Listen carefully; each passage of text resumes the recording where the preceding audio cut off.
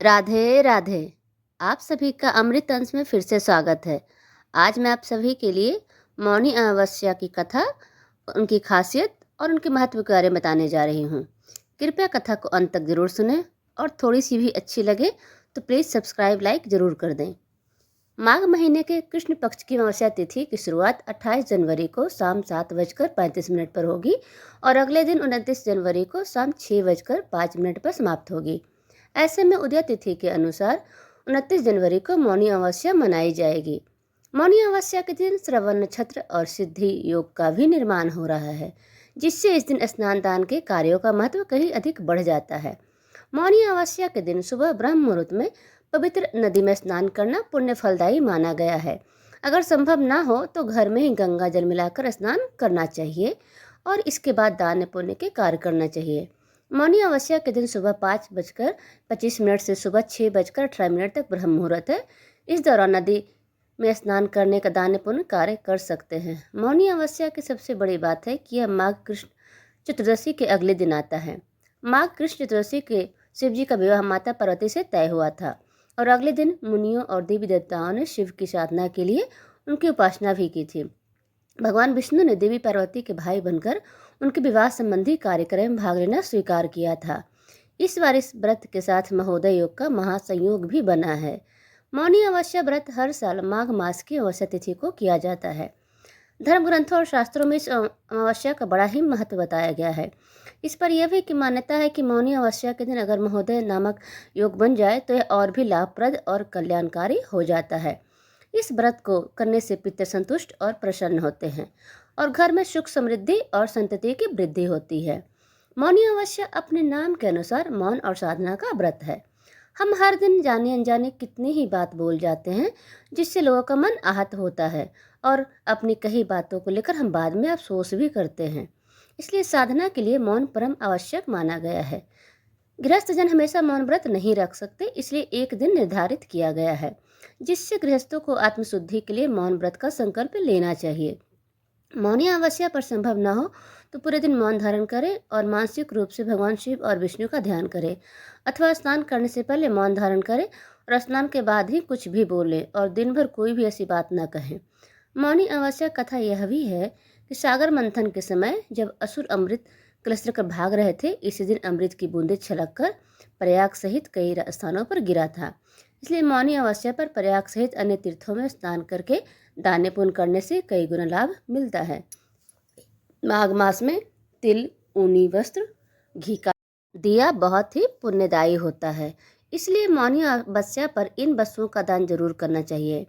एक मान्यता है कि मौनी अमावस्या के दिन मनुष्यों को धरती पर लाने वाले प्रथम मनुष्य ऋषि मनु का जन्म हुआ था। मनु ऋषि के नाम से इस व्रत का नाम मौनी अमावस्या है। मौनी अमावस्या की कथा को लेकर जो प्रचलित कथा है, इसके अनुसार प्राचीन काल में एक ब्राह्मण परिवार कांचीपुरी में रहता था। पति पत्नी दोनों ही धर्मात्मा थे और धर्मपूर्वक अपनी गृहस्थी चलाते थे। इनका नाम देवस्वामी था और इनकी पत्नी का नाम धनवती था। इनके 7 पुत्र और एकमात्र पुत्री थी जिसका नाम गुणवती था। जब गुणवती सयानी हुई तो देवस्वामी ने धनवती से कहा कि पुत्री के विवाह के लिए अब वर देखना चाहिए।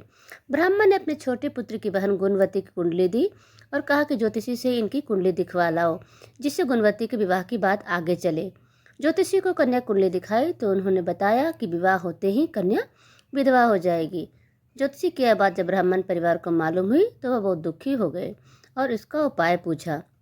ज्योतिषी ने बताया कि हे ब्राह्मण, श्रीहल द्वीप में एक पतिव्रता महिला रहती है जिसका नाम सोमा धोबिन है।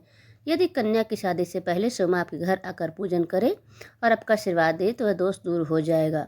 ब्राह्मण ने अपने पुत्री गुणवती को अपने सबसे छोटे पुत्र के साथ सिंहल द्वीप भेज दिया। दोनों भाई बहन सागर किनारे पहुंचकर उसे पार करने के बारे में विचार करने लगे। जब समुद्र को पार करने का कोई रास्ता नहीं मिला तो दोनों भूखे प्यासे एक पीपल वृक्ष के नीचे आराम करने लगे। पेड़ पर घोंसले में एक गिद्ध का परिवार रहता था। उस समय घोंसले में सिर्फ गिद्ध के बच्चे थे। वो सुबह से भाई बहन की बातों और क्रियाकलापों को देख रहे थे। शाम के समय जब गिद्ध की माता बच्चों के लिए भोजन लेकर घोंसले में आई तो बच्चों ने पेड़ के नीचे लेटे भाई बहन की कहानी माता को बताई। उनकी बातें सुनकर गिद्ध की माता को दोनों भाई बहनों दया आई। अब बच्चों के कहने से उन्होंने कहा कि तुम लोग अब चिंता मत करो, मैं इन्हें सागर पार करवा दूंगी। बच्चों ने माता की बातों को सुनकर खुशी खुशी भोजन ग्रहण किया। गिद्ध की माता बच्चों को भोजन करवाकर दोनों भाई बहनों के पास आई और बोली कि मैंने आपकी समस्याओं को जान लिया है। आप चिंता मत कीजिए, आपकी समस्या का निदान मैं कर दूंगी और आपको सुमा धोबिन के पास पहुंचा दूंगी। गिद्ध की बातों को सुनकर दोनों भाई बहनों का मन आनंदित हो गया और उन्होंने वन में मौजूद कंद मूल को खाकर रात काट ली। सुबह होते ही गिद्ध ने दोनों भाई बहनों को समुद्र पार करवा दिया और सिंहल द्वीप में सोमाधोबिन के घर पास पहुंचा दिया।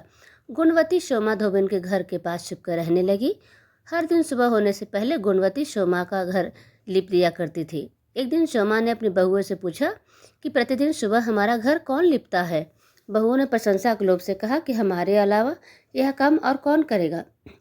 लेकिन सोमा की बहुओं की बातों पर भरोसा नहीं हुआ और वह यह जानने के लिए पूरी रात जागती रही कि कौन है जो हर दिन सूर्योदय से पहले घर लिप जाता है। सोमा ने देखा कि एक कन्या उनके आंगन में आई और आंगन लिपने लगी। सोमा गुणवती के पास आई और उससे पूछने लगी कि तुम कौन हो और क्यों हर सुबह मेरे आंगन को लिप कर चली जाती हो। गुणवती ने अपना तब सारा हाल सोमा से कह डाला। गुणवती की बातों को सुनकर सोमा ने कहा कि तुम्हारे सुहाग के लिए मैं तुम्हारे साथ चलूंगी। सोमा ने ब्राह्मण के घर आकर पूजा किया, लेकिन विद्या का विधान कौन टाल सकता है। गुणवती का विवाह होते ही उनके पति की मृत्यु हो गई। तब सोमा ने अपने सभी पुण्य गुणवती को दान कर दिए। सोमा के पुण्य से गुणवती का पति जीवित हो गया, लेकिन पुण्यों कमी से सोमा के पति और बेटे की मृत्यु हो गई।